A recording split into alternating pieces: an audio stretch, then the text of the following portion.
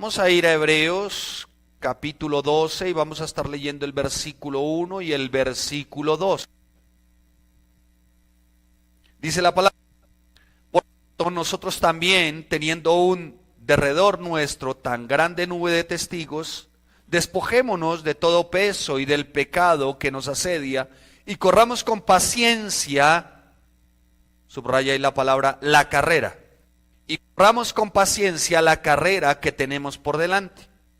Versículo 2. Puestos los ojos en Jesús, el autor y consumador de la fe, el cual, por el gozo puesto delante de él, sufrió la cruz, menospreciando el oprobio, y se sentó a la diestra del trono de Dios Padre. Te damos gracias, Señor, y te pedimos, bendito Rey Santo, que una enseñanza como la de hoy, Señor, prepare nuestro corazón, aliste nuestro corazón, bendito Rey Santo, mi amado Señor, para los tiempos que están por venir. En el nombre de Jesús. Amén. Y amén. Bien, dice la palabra, dice, puestos los ojos en Jesús, el autor y consumador de la fe.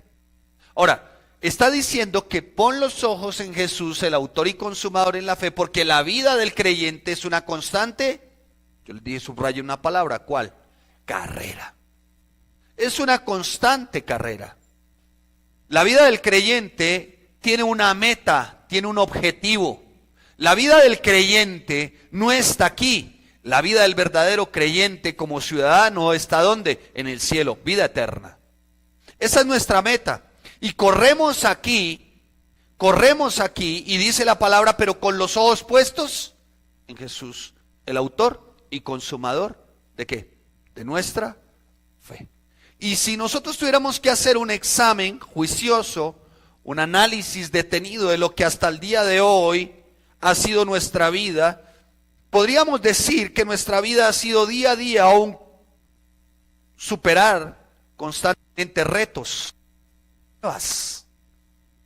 Nuestra vida día a día seguramente se ha convertido en ese conquistar esas metas.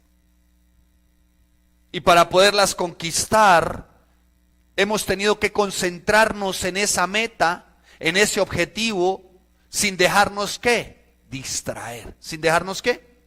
Ahí los que toman apunte con juicio, coloque la palabra distraer. Ejemplo.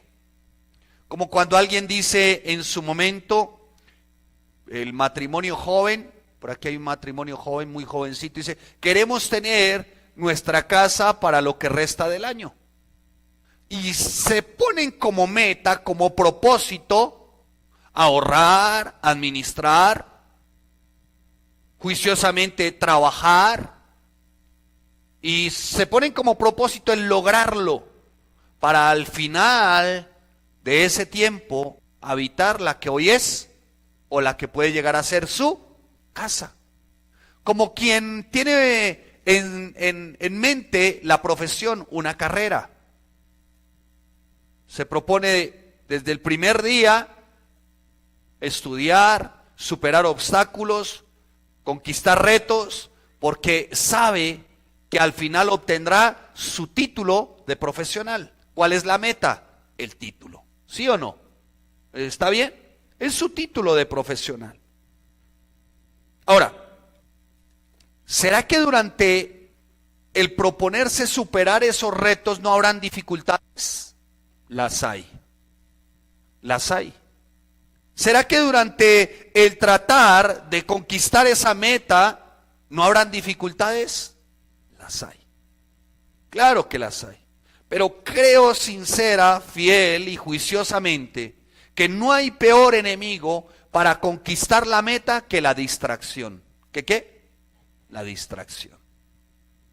Hermanos, mire, las distracciones han causado grandes desastres y catástrofes. Las distracciones han sido, escuche, como ese virus que ha minado la vida de muchos. Por eso dejan a medias lo que empiezan, no lo concluyen. ¿Por qué? Porque se distraen.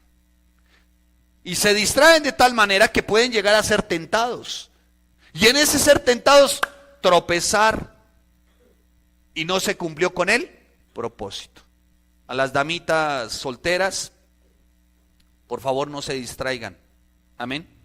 No se distraigan viendo afiches de Rambo, de Arnold Schwarzenegger, de Paul Newman. No se distraigan, hermanas. Los ojos puestos ¿en quién?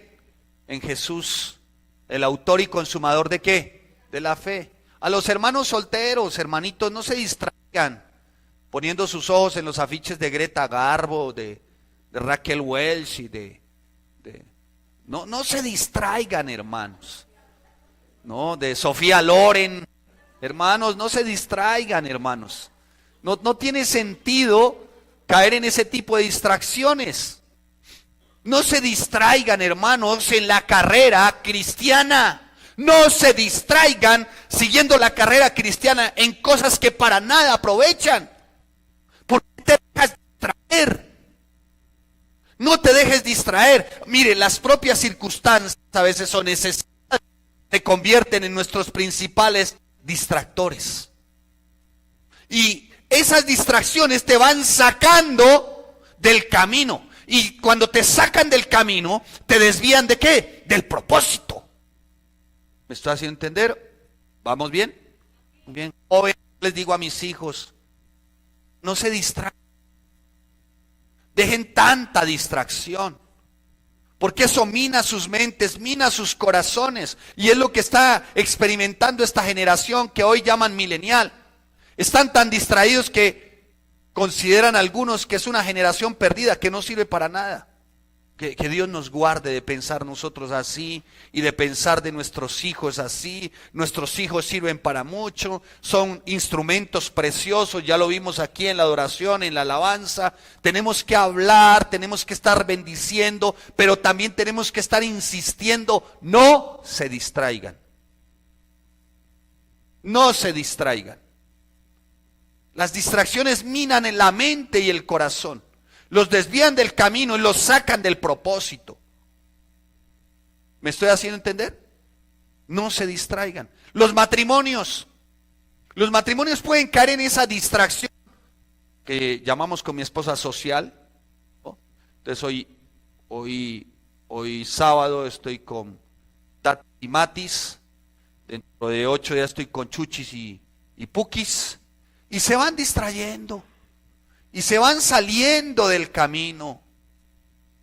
Y el propósito que el Señor tiene para ellos seguramente es el de que enseñen a otros, el de que preparen a otros, el de que capaciten a otros, el que sirvan en la iglesia, el que sirvan a su Señor, pero se dejan distraer. Las distracciones son el principal enemigo para no lograr la victoria en la carrera cristiana. ¿Me estoy haciendo entender? Muy bien, no se dejen distraer. Las damitas que hacen la adoración y la alabanza, no se dejen distraer. Dejen las distracciones, o sea, no hay necesidad de acudir a Pácala del Barrio, ni a Farruco el Ferruco y estas cosas, no se dejen distraer. Aquí no le vamos a meter munchin yanchin a esto, nada de eso. Vayan a la adoración, a la alabanza pura. A la adoración y la alabanza que tiene que ver con el Adonai, el Shaddai, el Todopoderoso, nuestro soberano. Acudamos a esos himnos preciosos, en vez de estar adaptando letras asquerosas de reggaetones tediosos y vulgares. ¿Me estoy haciendo entender? Ese tipo de distracciones ha llegado también a la iglesia y distrae a los jóvenes, llama la atención de los jóvenes, pero no les convierte su alma. ¿Me estoy haciendo entender? Entonces, mis amados, eviten las distracciones. Por eso la palabra es muy clara, dice, escuchen, corramos con paciencia la carrera que tenemos no dice la que ya pasó, la que tenemos por delante, dice, puestos los ojos ¿en quién? En Jesús. Ahora, cuando se trata de vida de creyente, los ojos están puestos ¿en quién? En Jesús. Hermanos, parece que los atletas la tienen muy clara. Saben que lo que los hará lentos e incompetentes y no aptos para llegar a la meta es si miran a un lugar diferente que no sea la meta.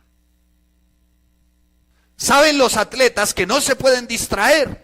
Usted se imagina a Usain Bolt haciendo los 100 metros. Sí, Usain Bolt hace 100 metros, ¿no? Y 200 metros. Y Usain Bolt corriendo y saludando. Mamá, estoy triunfando. ¡Ey, mamá! Y mandando besos a la tribuna. No llega nunca, llega en 2 horas en 100 metros, hermano.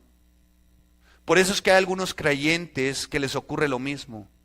Miran para un lado, para el otro, se distraen con una cosa, con la otra, van pasando los años y creen que los años lo hacen creyente y resulta que los años no te hacen creyente, los años te hacen un viejo creyente. Pero lo que te hace un maduro creyente es que tienes los ojos puestos en Jesús y vas avanzando. Es muy diferente, ¿sí o no? Ah, bueno, entonces esto no es por años. Pastor, es que llevo 15 años en la iglesia. Hermano, te tengo una noticia, te envejeciste, pero no avanzaste. ¿Sí me estoy haciendo entender? Mire, permítame esta ilustración. ¿Cuántos conocen a Maurito, a mi hijo Maurito? Muy lindo, mi muchacho. Cuando estaba chiquito lo llevamos al pediatra. Mi hijo me pide que no hable de él, pero es imposible de uno como papá, y hoy me estoy dando ese lujo de padre. A propósito, gracias por tan bonitos detalles de Día del Padre, de verdad gracias para los que han tenido esos, y para sus oraciones y sus buenos deseos también, gracias. Pero lo llevamos porque muy lindo al pediatra, tiene unos cachetes grandes, unos ojotes como el mar. No, tenía que ver el hombre a donde lo llevamos y tenía como 10 meses o 12 meses, lo subimos a donde el pediatra tenía un caballito de palo, ¿sí? Que son así. Y él llegaba y se subía en eso y empezaba a hacer así, y empezaba suave, ¿no? Así tan. Pero de pronto llegaba y no lo veía que estaba el hombre, y eso era rojo con los cachetes rojos y así. Y ¿sabe que eso me llevó a meditar algo? Así hay algunos creyentes. Se mueven mucho, pero avanzan poco. Se suben en caballos de palo, hermano, llamados distracción. Porque para eso era que Álvaro Jácome, le estoy haciendo publicidad al pediatra de la época, para eso era que Álvaro Jácome ponía el caballo de palo. ¿Sabe para qué? Para distraernos.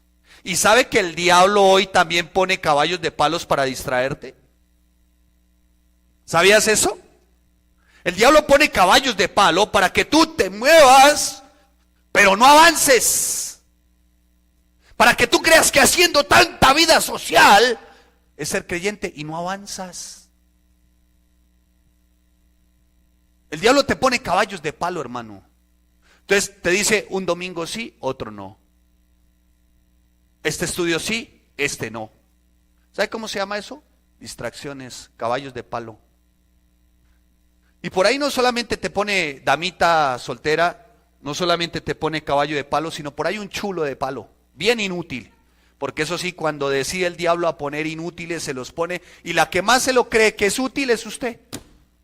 Es que eso ocurre así, hermanos. Qué cosa con las hermanas, ciegas, sordas, mudas. Dios, por favor, por favor. Ay, Señor. Y se les dice, y se les repite, y vuelve y se les dice: oye, mira, es un chulo de palo. Te va a tener ahí distraída, te va a sacar del propósito, te va a sacar del camino, vas a hacer que tú abandones. ¿Me estoy haciendo entender? Por eso esto es una ¿qué? Carrera, hermana, carrera. Evite el caballo de palo, evite el chulo de palo. Y los hermanitos, algunos también se distraen. Hermano, no nos podemos distraer. La palabra dice que la carrera, que está ¿a dónde? Hacia adelante. Para el atleta es muy claro tener su mirada, ¿dónde? Al frente. Como para el creyente tener su mirada ¿en quién? En Cristo. En Cristo Jesús. Cuando estaba haciendo la predicación, me puse a ver una competencia de la posta por 1000 metros, por 2000 metros, que es que el uno le entregue el testimonio al otro. Entonces va corriendo, ¿sí? Y lleva el testimonio, que es como un tubito, y se lo entrega al otro. Pero me llama la atención tremendamente, son dos cosas. Primero, el que va a recibir está pendiente, no le pierde la mirada al compañero. Y el que va a entregar está pendiente y no le pierde la mirada al que va a recibir. La vida del creyente es igual, hermano. Nuestra mirada puesta ¿en quién? En Jesús, el autor y consumador de la fe. Así es la vida cristiana, hermano. Él sabe que, el atleta sabe que él no se puede estar mirando a sí mismo. Usted se imagina, no sé, Usain Bolt, que no tengo otro referente que me haya impactado tanto, corriendo los 100 o los 200 metros y mirándose las uñas. O con un espejo. ¿Sabe? Así hay algunos en la vida del creyente. Se miran a sí mismos, hermanos. Pierden la mirada ¿de quién? Del autor y consumador en la fe. O sea, están mirándose a ellos mismos. Que les falta, que necesitan, que no necesitan. Mirándose a ellos mismos, hermanos. Sus propios deseos. Algunos rayan hasta en lo egoísta. La carrera, hermano, es la vida del creyente. Los ojos puestos en el autor y consumador de la fe. Y nuestra ocupación es correr, pero correr una buena carrera. Nuestra meta es con Cristo. Él es nuestra victoria, y el no apartar nuestros ojos de Él nos asegura también que la victoria. Él es nuestra victoria. Pero el no quitar los ojos de Él también nos asegura ¿qué? La victoria. ¿Usted cree que donde yo tengo mis ojos puestos ahorita? En Jesús, el autor y consumador de la fe. Donde me distraiga con lo que no veo, no llego a la meta. Me salgo del camino y pierdo el propósito. ¿Está haciendo entender? ¿Vamos bien? Entonces, mis amados, es muy importante que no quitemos nuestra mirada. Él es el focus nuestro, Él es el centro nuestro. ¿Sabe? Me llama la atención esta versión. Voy a leerla. No soy tan amigo de este tipo de frases de pronto, pero voy a acudir, permítanme por favor, a leer esta versión que tiene que ver con lo que estamos compartiendo en este momento en Hebreos. Dice la palabra en esta versión, Hebreos 12:2, dice: y corramos con perseverancia la carrera que Dios nos ha puesto por delante. Esto lo hacemos al fijar la mirada en Jesús. A mí hay unas frases que no me gustan, pero esta me llamó la atención. Escúchenla y verá. Escúchenla. Esto lo hacemos al fijar la mirada en Jesús, el campeón que inicia y perfecciona nuestra fe. ¡Ay, qué hermoso! Me pareció tremendo. Y dije, ¿cómo así? Sí. Dice, el campeón, o sea, Él está por encima de todos. Yo voy a traer a un término deportivo, voy a acudir a términos deportivos en este instante. Si tú tuvieses un hijo que quisiese entrenar algún tipo de deporte o desarrollar algún tipo de práctica, vamos a ponerlo así ligeramente, un ejemplo, el tenis, un ejemplo ligero. Si tú querrías traer un buen entrenador, ¿sí o no? ¿Sí? ¿Le pondrías un muy buen entrenador? ¿Cómo a quién se le ocurre? Yo, por ejemplo, si tuviera un hijo así ligeramente cambiado, le pondría de entrenador, no sé, yo le pondría a Guillermo Vilas, le pondría a un Víctor Pecci, algo así. O sea que a nuestro tiempo le pondría a un Roger Federer para que lo entrenara, ¿cierto? ¿Sí? O si fuera fútbol, ¿no? Le pondría a un Mayer Candelo o no sé, grandes futbolistas. Un Messi, que lo entrenara, ¿no? ¿Sí? Oiga, nosotros tenemos el mejor, Jesucristo. El autor y consumador de la fe. Él está por encima de Messi, de Pelé, de Usain Bolt, está por encima de Víctor Chi, de Guillermo Vilas, de... Él es nuestro campeón, o sea, mira quién te está entrenando y mira quién te está capacitando y mira de quién tienes que aprender, ¿de quién? De Jesucristo. Aquí dice, el campeón. Uy, me llamó, yo dije el campeón. Dice, Señor, gracias. O sea, mi mirada tiene que estar puesta en él. Mire, créanme que el principal ministrado con esta enseñanza he sido yo en este tiempo. Corriendo esta carrera que a veces siente uno que le falta el aire, ¿no? Dice, Señor, pero sí he corrido, pero, y falta, como que falta, pero no quite la mirada. Y siente uno como que las voces, ¿no? Porque ¿cuántos saben que cuando uno corre estas carreras, uno tiene del cielo también? ¿Sabían eso? Cuando tú corres la buena carrera con perseverancia y con paciencia, el cielo está a tu favor. Amén. ¿Te imaginas los ángeles del cielo? Pero vamos, hermano, como imagínate esa tribuna celestial haciéndote barra, diciéndote vamos a ponerle ganas, avance. ¿Se imagina la damita solterita que está corriendo la carrera y de pronto aparece el chulo de palo queriéndola distraer, pero los ángeles del cielo diciendo alabín, bombao, no te distraigas, avanza, avanza? Pues no te distraes. Porque así es en el fútbol, ¿no? Está el estadio completo y si los futbolistas bajan los brazos, la tribuna empieza a cantar, ¿no? A decir, vamos, y empiezan a hacer porras y todo eso, y pues los jugadores se sienten y recobran fuerzas. Pues así son también la barra en el cielo, hermanos. No estamos solos, amén. No estamos solos. Pero nuestra ocupación es correr esa buena carrera poniéndolos en Jesús, de lo contrario vamos a tropezar. Cuando nuestros ojos están en el Señor Jesucristo, el Espíritu Santo tiene la oportunidad perfecta para usarnos, para mantenernos en la carrera y hacernos victoriosos. Pero ¿sabe cuándo obra el Espíritu? Cuando nuestra mirada está en Jesús. Ahí el poder del Espíritu fluye. ¿Por qué enfocarnos en Jesús, dirás tú? Porque dice la palabra, porque Él es el autor y consumador ¿de qué? De la fe.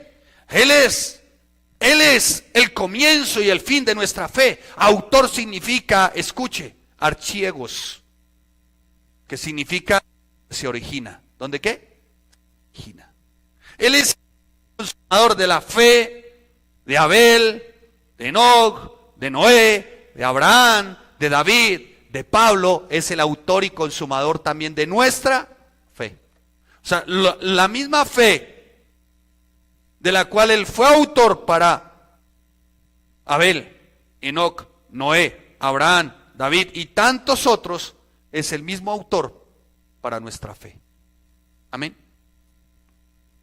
Porque él es nombre sobre todo, nombre consumador. La gente lee el autor y consumador, pero no sabe qué significa la palabra consumador. Viene del griego teleitoes, que significa el que la completa. ¿El que qué? La completa. Por eso cuando tú lees en Juan 30, dice que el Señor dijo, consumado es. O sea, todo está completo. Terminó su obra no solamente en el sentido de completarla, sino de hacerla perfecta. La obra de Jesús es. Si un compositor o un pintor o un escultor está desarrollando una maestra y muere, ¿qué creen que ocurre? ¿Terminó su obra maestra? No. ¿Terminó su trabajo? Sí. Ya terminó de trabajar porque murió.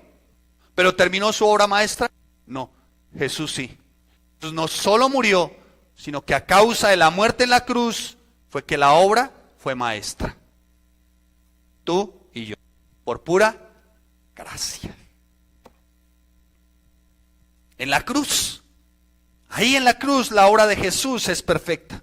Propiciación, redención, justificación, santificación, salvación, perdón de pecados, completa. La gracia encarnada, Jesús. Amén, amén. Entonces mi hermano, no se distraiga. No se distraiga, la distracción te va a sacar del camino. como ya te lo dije, pero también hace que pierdas el propósito. Y mire cómo alguien se pudo distraído bíblicamente entendido. Mateo capítulo 14, versículo 22. Vaya a Mateo 14, 22. Mateo 14, 22. Para que ustedes se den cuenta lo que causa una distracción. Vamos a ir juiciosamente, dice la palabra. Enseguida Jesús hizo a sus discípulos entrar en la barca e ir delante de él a la otra riviera, entre tanto que él despedía a la multitud. Despedida la multitud, subió al monte a orar aparte, y cuando llegó la noche estaba allí solo. Y ya la barca estaba en medio del mar, azotada por las olas, porque el viento era contrario. Mas a la cuarta vigilia de la noche Jesús vino a ellos andando sobre el mar. Y los discípulos, viéndole andar sobre el mar, se turbaron diciendo: un fantasma, y dieron voces de miedo. Pero enseguida Jesús les habló. Enseguida Jesús les habla y les dice: tened ánimo, yo soy, no temas. Entonces le respondió Pedro y dijo: Señor, si eres tú, manda que yo vaya a ti sobre las aguas. Y él dijo: ven. Y descendió Pedro de la barca y andaba sobre las aguas para ir a Jesús, pero al ver este viento tuvo miedo y comenzó a hundirse, dio voces diciendo: Señor, sálvame. Al momento Jesús, extendiendo la mano, asió de él y le dijo: hombre de poca fe, ¿por qué dudaste? Cuando ellos subieron en la barca, se calmó el viento. Los que estaban en vinieron y le adoraron diciendo: verdaderamente eres hijo ¿de quién? De Dios. Vamos a ir versículo por versículo. Vamos a ir versículo por versículo. Al 24. Y ya la barca estaba en medio del mar, azotada por las olas, porque el viento era contrario. ¿Dónde estaba la barca? Estaba en medio del mar. La barca estaba en medio del mar, dice la palabra. Se habían alejado del sitio donde deberían encontrarse con Jesús. Y quizás hoy tu vida esté siendo azotada por vientos contrarios. Quizá tu vida esté siendo azotada por vientos contrarios financieros, o de salud, o ministerial, o familiar. Pero mi amado hermano, es un tiempo para poner los ojos en Jesús, y es un tiempo para esperar en Jesús. Dice la palabra: Jesús vino. ¿Jesús vino a dónde? Ahora, viento contrario. Tengan claro lo siguiente: mar, barca, viento. ¿Amén? ¿Vamos bien? Mar, barca, viento. Mar, barca, viento. Para que vean en qué consiste la acción. ¿Sí? Vamos a verlo. Bien. Sigamos. El versículo 25 dice: mas a la cuarta vigilia de la noche. ¿Más a la qué? Cuarta vigilia de la noche. Jesús vino a ellos andando sobre el mar. Ahora dice: cuarta vigilia de la noche. Voy a leer, permítame, por favor, esta versión para que usted entienda qué significa la vigilia. Amén. ¿Qué significa vigilia? Vamos a ver qué significa cuarta vigilia.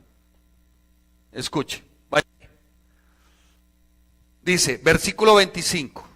A eso de las 3 de la madrugada, Jesús se acercó a ellos caminando. ¿Sobre qué?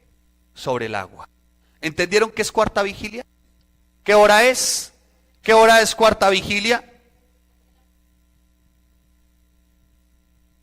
¿Qué hora es? 3 de la mañana.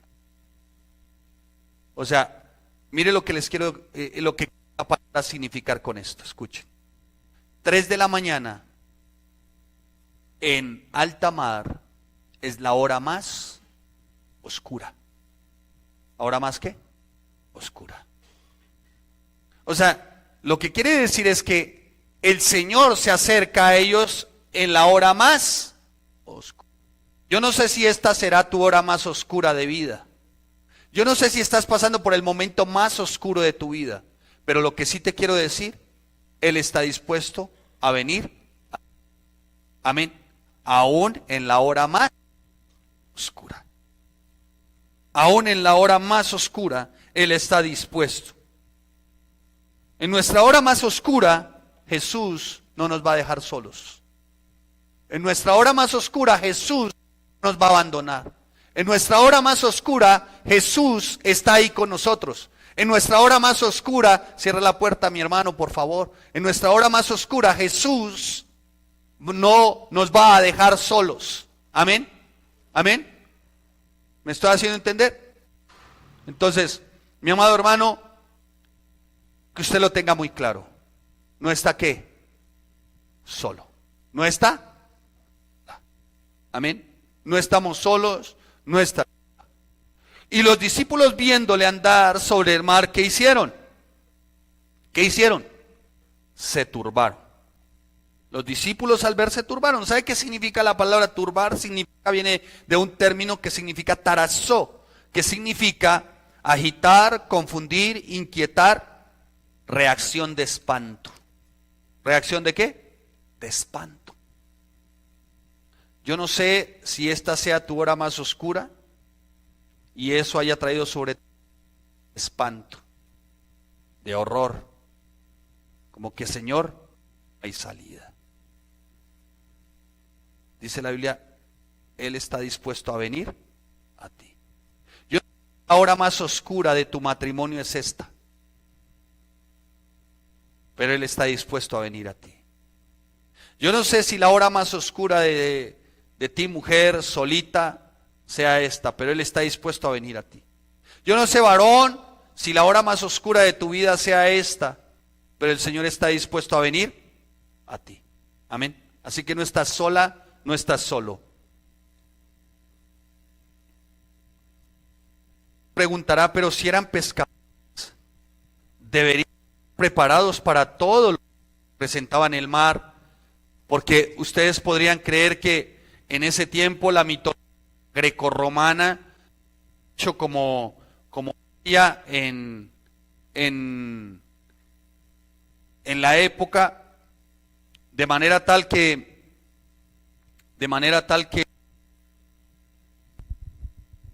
vamos a cambiar aquí el micrófono. Sí, me están haciendo señas que no. Listo. De manera tal que llegó un momento en que se creyó que del fondo del mar salían monstruos marinos. ¿Sí? En esa época, por ese tipo de mitología griega, que del fondo del mar habían salido monstruos marinos. Yo quiero imaginar que Pedro y los discípulos debieran de estar preparados para eso. Mas sin embargo, nos damos cuenta que ellos sintieron ¿qué? Temor, horror, miedo. Y saben, aún en nuestra vida como creyentes, pueden haber cosas o circunstancias que nos hagan dudar de lo que profesamos o hacernos tomar diferentes determinaciones o decisiones originadas por el temor. Es por esto que, mis amados hermanos, les recomiendo hoy, tengan mucho cuidado con lo que ven. ¿Mucho cuidado con qué? Con lo que ven. Porque eso que ven les puede hacer dudar. Eso que ven les puede generar ¿qué? Temor.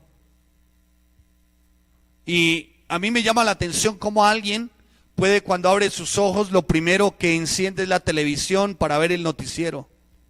Eso va a impactar su mente y su corazón. Eso te puede llenar de temor.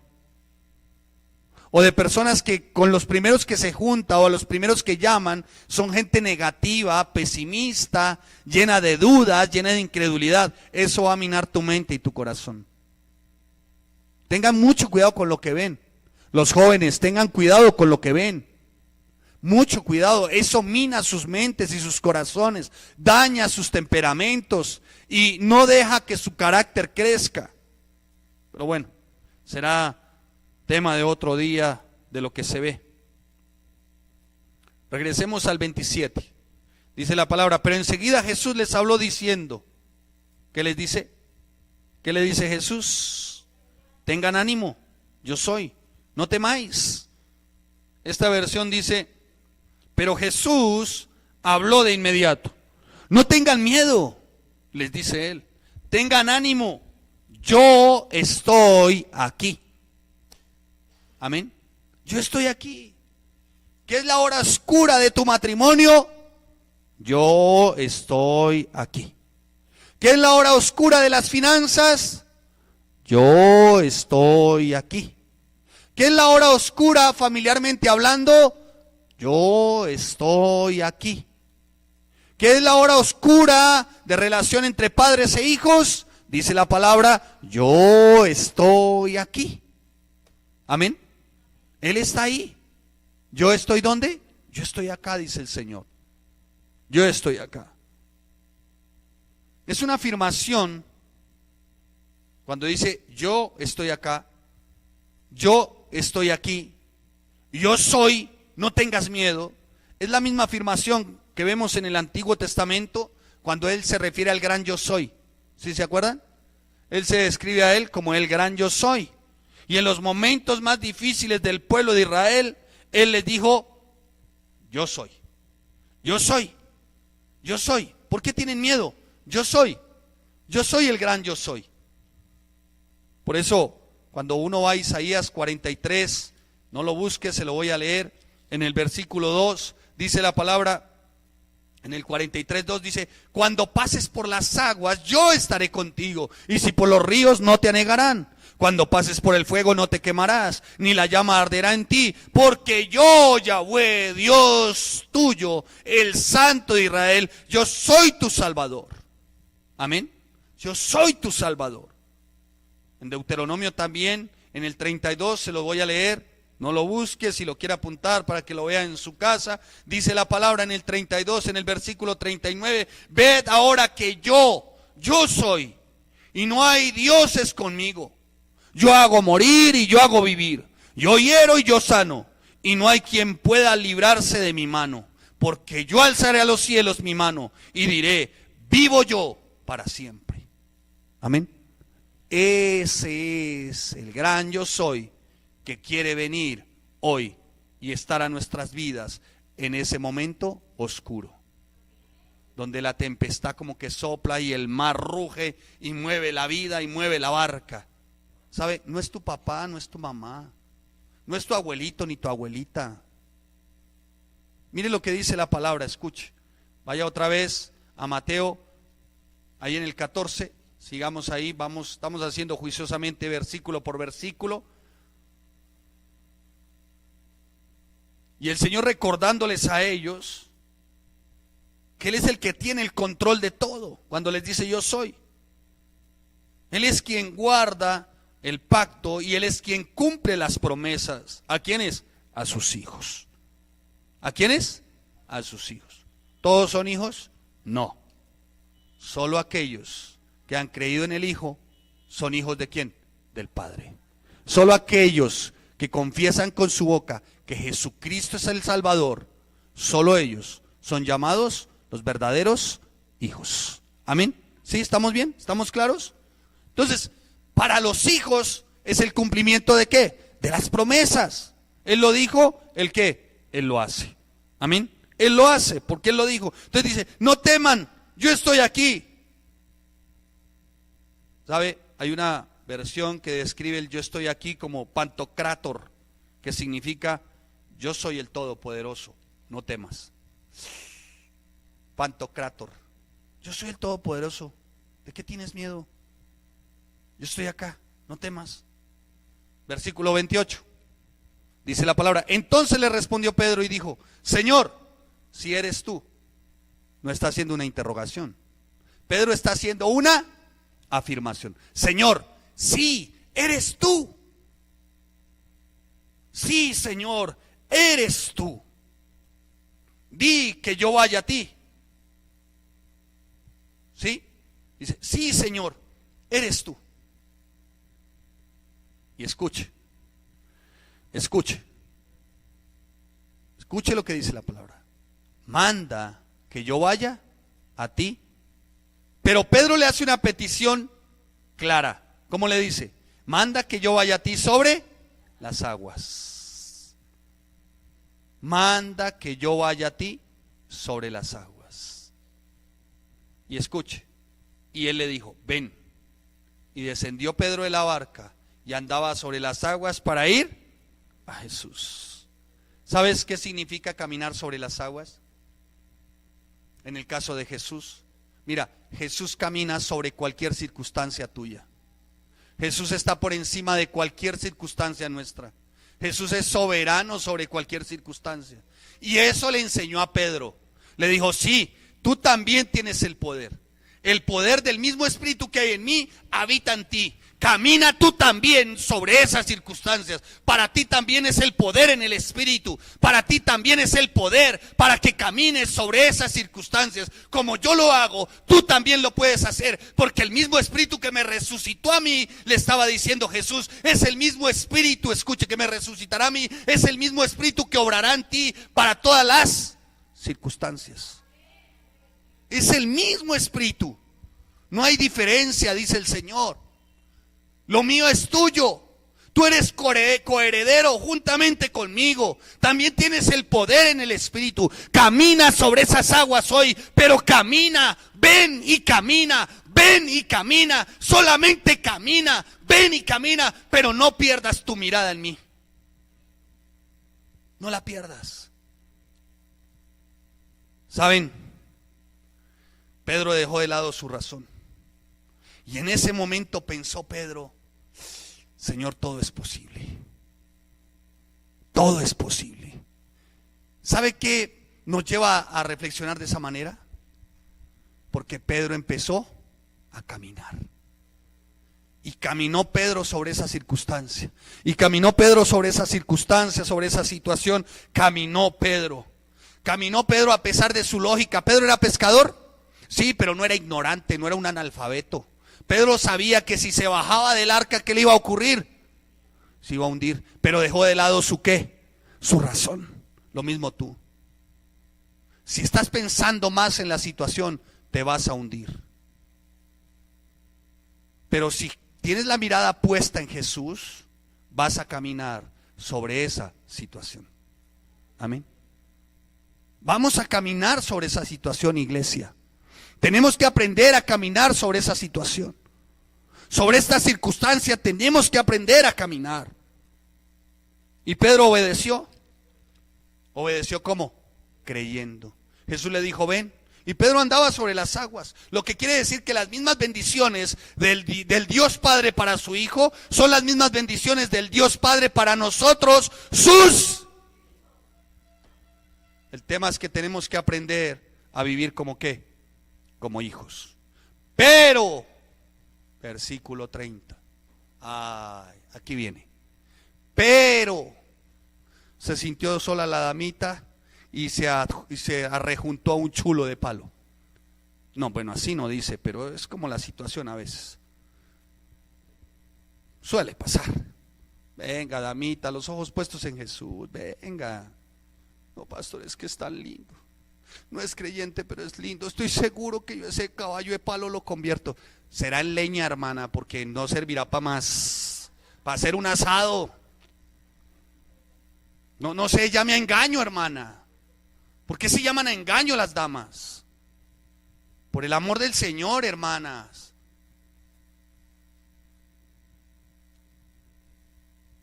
Ay, Señor, ten ánimo.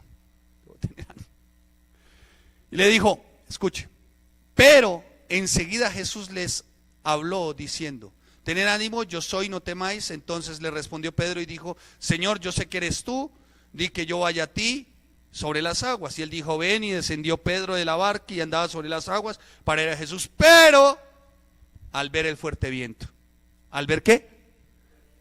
El fuerte viento. ¿Qué pasó con Pedro? ¿Qué pasó?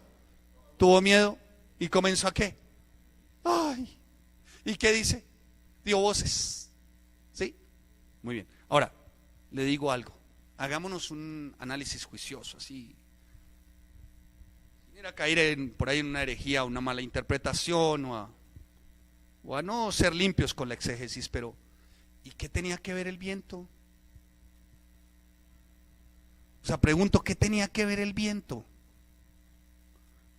¿Qué tenía que ver el viento? Pregunto yo, si el tema era agua y la barca, ¿sí o no? El tema era caminar sobre las aguas y no qué, no hundirse.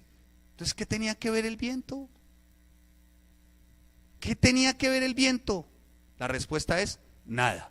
Simplemente el viento fue la distracción para que Pedro no quitara los ojos en Jesús y se hundiera. ¿Me hice entender? Porque ahí no dice, y Pedro vio las aguas, dice. Pedro iba caminando así sobre las aguas y dice, ay, estoy caminando en el agua, me hundo. ¿Dijo? No. Pedro iba caminando sobre las aguas, pero hubo algo que lo distrajo. ¿Qué fue? Y quitó la mirada ¿de quién? De Jesús. ¿Y qué pasó? Se hundió. Las distracciones, amados, las distracciones. No se deje distraer, amada, amado hermano, amigo que nos acompaña hoy, amigos, no se dejen distraer. ¿Qué tenía que ver el viento? Además era pescador, ¿o no? ¿Sí o no? Entonces, ¿por qué se dejó llenar de distracción si es normal que el viento soplara en ese momento, o no? Sí, era normal para un pescador, pero eso lo distrajo. Y esa distracción hizo que él se fuera hundiendo. Y ese hundirse le produjo ¿qué? Temor, pánico. Tuvo miedo del fuerte viento. ¿Y comenzó a qué? ¿Qué hizo Pedro? Se comenzó a ¿qué? A hundir. Mire, hermano, muchas veces las circunstancias son como ese viento, nos distraen y nos quitan la mirada en Jesús. Y nos empezamos a hundir. Y no corremos la buena carrera. No se deje distraer. Puesto los ojos en Jesús. Ya no mire más esos noticieros y todo ese tipo de cosas que ve, llenándose la mente de cosas absurdas, viendo cómo sube el petróleo, baja el petróleo, cómo baja el petróleo, cómo baja el petróleo, cómo suben y bajan las acciones. Amén. ¿Para qué se distrae con esas cosas, hermano? Ya no más, ¿no? Pues qué bueno cuando baja el petróleo, qué bueno, y cuando suben las acciones, es bueno, pero ya está ahí. Amén, amén. ¿Sí me estoy haciendo entender? ¿Sí? El que tenga oídos para oír, que oigan. Muy bien. Vientos. ¿Sabe qué también puede parecer el viento? El viento también puede ir en esta dirección, tus pensamientos. Tus pensamientos te pueden distraer. Esos pensamientos te pueden distraer, no puedo, no soy capaz, después, soy un impedido, soy una impedida, no soy bueno para esto, soy un torpe, se machuca y lo primero que piensa es que es una vaca, una res, un buey, y se dicen montones de cosas absurdas. Hermano, esos son vientos. ¿Los vientos de qué más? De doctrina. Hermano, Camilo lo invita a mi iglesia, allá no los dejan. Uy, en mi iglesia sí es chévere. Chévere. Porque, por ejemplo, si le contara la historia, mire, allá, por ejemplo, un muchacho tenía a su esposa y se separó de la esposa porque era una bruja y se casó con la de la alabanza. Ahí tiene un hogar tan lindo. ¿Ustedes creen que no es así? Así es, vientos de doctrinas raros, doctrinas de demonios, hermano, haciendo pactos, el 1 a 2 millones, a 3 y venga, le sanamos a su madre. No, eso no es verdad, hermano. Eso son doctrinas de demonios, pactos. Eso no está en la palabra. El Señor no estableció pactos. Los pactos los estableció Él para el hombre, no el hombre para Dios. ¿Quién dijo eso, hermanos? Entonces venga, traiga a su madre, se la sanamos por 5 millones. Traiga las escrituras de su casa y aquí le hacemos maravillas. Por el amor de Dios, doctrinas, esos son vientos de doctrinas, son demoníacas, hermano. Son demoníacas. Ay, en mi iglesia, joven, allá sí se presenta Farruco, el furruco, pero es cristiano. Pácala del barrio cantándose unas rancherazas cristianas. Eso es de doctrinas de demonios, hermano. Cuando lo que tenemos que cantar son himnos para el Señor. Que alaben y glorifiquen el nombre del Señor. La adoración y la alabanza. No falta el que diga, ay, pero ¿y qué de malo tiene que se baile un reggaetoncito así? No, pues no tiene nada de malo, hermana, que muestre el ombligo y se ponga una minifalda 3 tallas menos para que la miren como un pollo con papas. Sigamos, hermano, vuelvo al 30. Ay, Dios. Pero al ver el fuerte viento, espera un momentico, hermanos, que me va a dar algo. He sido tomado por el espíritu del fastidio, de la incomodidad. y me alboroto. Pero al ver el fuerte viento tuvo miedo, comenzando ¿a qué? A hundirse. Hermano, ¿qué vas a decirle a tu problema cuán chiquito es Dios? ¿O vas a decirle a tu problema cuán grande es Dios? Ah, muy bien, muy bien. Y comenzó a hundirse. Pero lo que causa gran atención es el 31. Al momento Jesús, extendiendo la mano, le asió de él. ¿Le qué? Le asió de él. ¿Tuvo temor? Sí, tuvo temor. Ahora usted me dirá, pastor, pero ¿cómo resuelvo cierta situación? Otra vez, hermano, su mente. Pastor, pero si el chulo no se convierte, su mente. Pastor, es que si me está proponiendo que tengamos sexo ilícito, dígale, demente. Eso no está en la Biblia, pero no falta el demente.